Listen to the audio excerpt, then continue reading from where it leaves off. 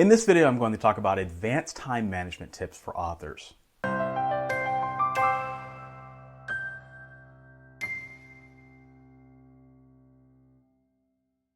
Time management. There are three kinds of authors: those who manage their time extremely well, those who manage it kind of well, and those who have no idea at all how to manage time at all, let alone their writing career. But time management is a critical skill that you have to develop early on. Manage your time well and you'll be able to write 2 or 3 times more. You'll be more successful. You'll be able to say yes to more opportunities. And most importantly, you'll feel so much better about what you're doing. Many authors suffer from what I call indie author scatterbrain syndrome. For example, authors trying to write their book, but all of a sudden they have to work on their marketing. Then their website blows up. Then a reader finds a typo in one of their older books, and then they have to go back and update it at all retailers. Then they feel guilty about not reading because they haven't read for a while, so they go and try to binge read an entire series in a couple of days. All the while, emails are piling up in their inbox, their projects are just creeping along, and don't even get me started on writing the books, right? Now, I personally believe, this is Michael Ronn's opinion only, that if you really look at a job description of indie authors, it's more like an executive position at a large corporation. Executives are under extreme pressure to perform. Not only do they have to have technical skill, they also have to know how to manage, persuade, and influence people. They also have to know the important numbers and metrics of their business. They have to create a vision and communicate that vision with the people below them. And at the end of the day, if things go wrong, their heads are on the chopping block. When you think about it, some key differences aside, of course, professional indie writers have the same responsibilities. So let's talk about some advanced strategies to stay on top of your time. You professional writer, you. You already know my basic advice for time management. Cut anything out of your life that isn't writing. Make sure your loved ones understand the importance of your time, etc. Watch my previous video on that if you haven't seen it.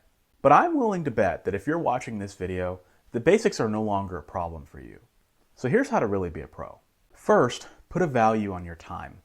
If you were a full-time writer, what would your hourly wage be? How much would you want to make from your work? Figure out your salary. Don't be silly about it, but then do the math and get an hourly amount. For example, if you want to make $100,000 a year, then you're worth $50 an hour. But here's the key. When are you worth that much? The answer? Only when you are doing the tasks that only you can do. Namely, writing and developing your business. When you're doing something else, your time isn't worth as much. So, for example, you might find that marketing produces a return, but not as much as writing a new book. So when you're marketing, your time may only be worth $25 an hour, to use easy numbers. On the contrary, and this is very important, if you find yourself doing things that take you away from writing, such as public speaking, blogging, or consulting, you may decide that your time is actually worth more than your $50 an hour simply because in order for it to generate a return, it has to be more than your standard hourly rate. So you might determine, for example, that speaking and consulting would be worth anywhere from $100 to $200 an hour. I know that when I'm writing, I'm making money, long-term and short-term.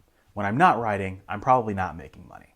And I've stopped consulting because 1, it takes me from writing, 2, I don't enjoy it nearly as much as writing, and 3, in order for it to be worth my time, I have to charge a lot of money, and honestly, that's not something I want to do to a client when my focus isn't 100% on the consulting. I still do public speaking though, because I enjoy that, and it makes a lot of sense for me. So I've priced my time so that it works both for me and for my clients. So if you'd like for me to speak at your next event, feel free to contact me. But the takeaway is to assign a value to your time so that you're aware of what your key responsibilities are and when you're making money in your career. Here's another pro technique. At some point, many times in your career, you're going to have to make tough choices. People are going to want to work with you. They're going to want to collaborate. They're going to send you contracts for cool new things. You're going to get great marketing opportunities, etc. When you do a good job, and if you keep at it, you will be doing a good job, people will pay attention and they'll want to work with you.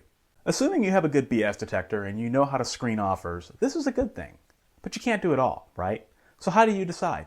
You have to return to your goals. You should have a business plan and a clear vision of your future. And if you're watching this channel, I assume you do. But here's an interesting story for you. In my day job, I have the privilege of working with senior management and executives on a regular basis. I sometimes have to make presentations to them, and I get asked 1,000 questions. And when the executives are asking me questions, they're ultimately making sure that they can quantify what I'm doing to see if it aligns with the goals for the business. When it doesn't, or if it seems unclear, I have to hold on to my hat. When it does, it's usually a very easy conversation. At the end of the day, you need to be able to quantify everything that you're doing too.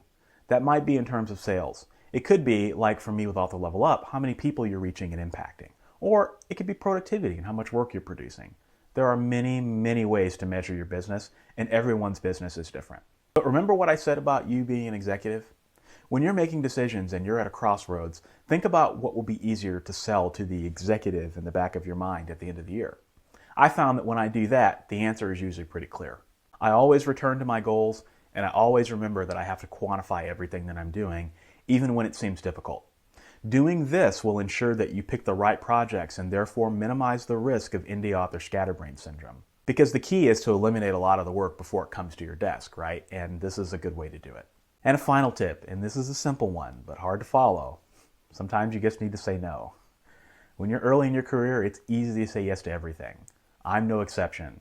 But when you get some experience under your belt, you'll realize just how valuable your time is. So those are just a few of the many advanced techniques to manage your time. There are a lot more, but that's a good start. Using these techniques, I've been able to write at a pace that I can keep up with full-time authors even though I'm a part-time writer. It's helped me keep a clear vision of my business. And whenever I'm suffering from indie author scatterbrain syndrome, because I still get it, I still do, I always learn something new about how to manage my time. So I'll be talking about this more in future videos, but if you have any suggestions about anything you want to hear, feel free to drop me a line. That's it for this video. If this is your first time watching, I'd love to have you subscribe. And if this video helped you in some way, do me a favor and click that like button. Thanks for watching.